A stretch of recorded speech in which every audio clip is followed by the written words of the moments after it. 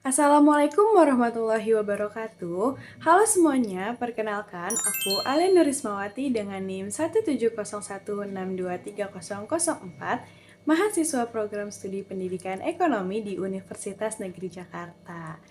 Jadi, pada kesempatan kali ini aku mau sharing tentang tips komunikasi yang efektif berdasarkan salah satu teori yang cukup terkenal di dalam ilmu komunikasi, yaitu teori penerimaan aktif dari Carl Rogers.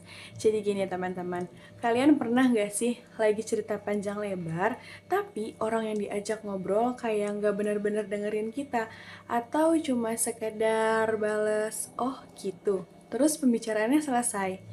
Nah, dari situ aku belajar ternyata komunikasi yang efektif itu bukan cuma soal cara kita berbicara, tetapi juga tentang bagaimana kita bisa mendengarkan. Dan itulah inti dari teori penerimaan aktif ini.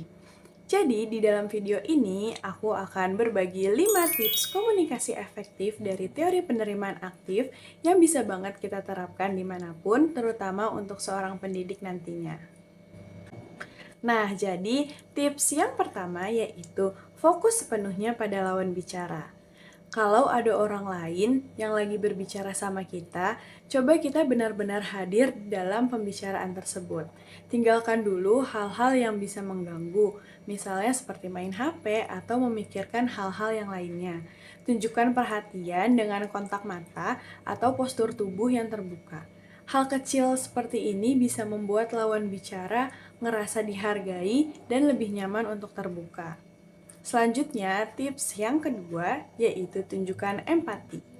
Jadi, kita harus pahami dulu perasaan orang sebelum kita memberikan tanggapan.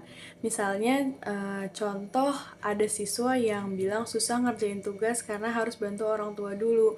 Nah, kita jangan langsung marahi, tapi kita dengerin dulu, pahami kondisinya, kemudian baru bantu cari solusi yang sama-sama bisa diterima. Jadi, dengan empati, komunikasi jadi lebih hangat dan juga membangun kepercayaan. Selanjutnya, tips yang ketiga yaitu menggunakan bahasa tubuh yang positif. Bahasa tubuh juga punya peran penting di dalam komunikasi. Contohnya senyuman kecil, anggukan, atau bahkan ekspresi wajah bisa menunjukkan kalau kita terbuka dan siap mendengarkan. Kalau wajahnya datar atau terlihat terburu-buru, lawan bicara bisa merasa diabaikan. Jadi dengan bahasa tubuh, suasana percakapan pun terasa lebih nyaman. Selanjutnya, tips yang keempat, yaitu beri tanggapan yang membangun. Jadi, mendengarkan itu bukan berarti kita cuma diam, tetapi juga tahu kapan dan bagaimana kita menanggapinya. Kita bisa kasih respon sederhana, contohnya, aku ngerti kok maksud kamu, atau makasih ya udah cerita.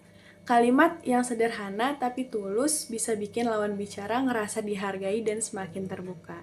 Selanjutnya, tips terakhir yaitu yang kelima, jangan terburu-buru menilai. Jadi, setiap orang punya latar belakang dan cara berpikir yang berbeda-beda. Kalau kita langsung menilai tanpa dengar dulu sampai selesai, maka pesannya bisa kita salah tangkap. Jadi, lebih baik dengarkan dulu dengan sabar, kemudian baru kita kasih tanggapan yang tenang dan bijak. Dengan begitu, komunikasi bisa berjalan lebih sehat dan juga saling menghormati. Nah, itu dia 5 tips komunikasi efektif berdasarkan teori penerimaan aktif dari Carl Rogers menurut aku. Kalau semua ini kita biasakan, maka komunikasi bakal terasa lebih nyaman, terbuka, dan saling menghargai.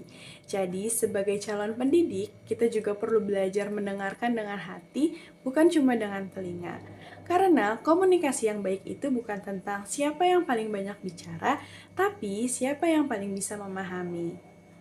Terima kasih teman-teman yang sudah menonton videonya sampai akhir. Mungkin segitu dulu tips dari aku.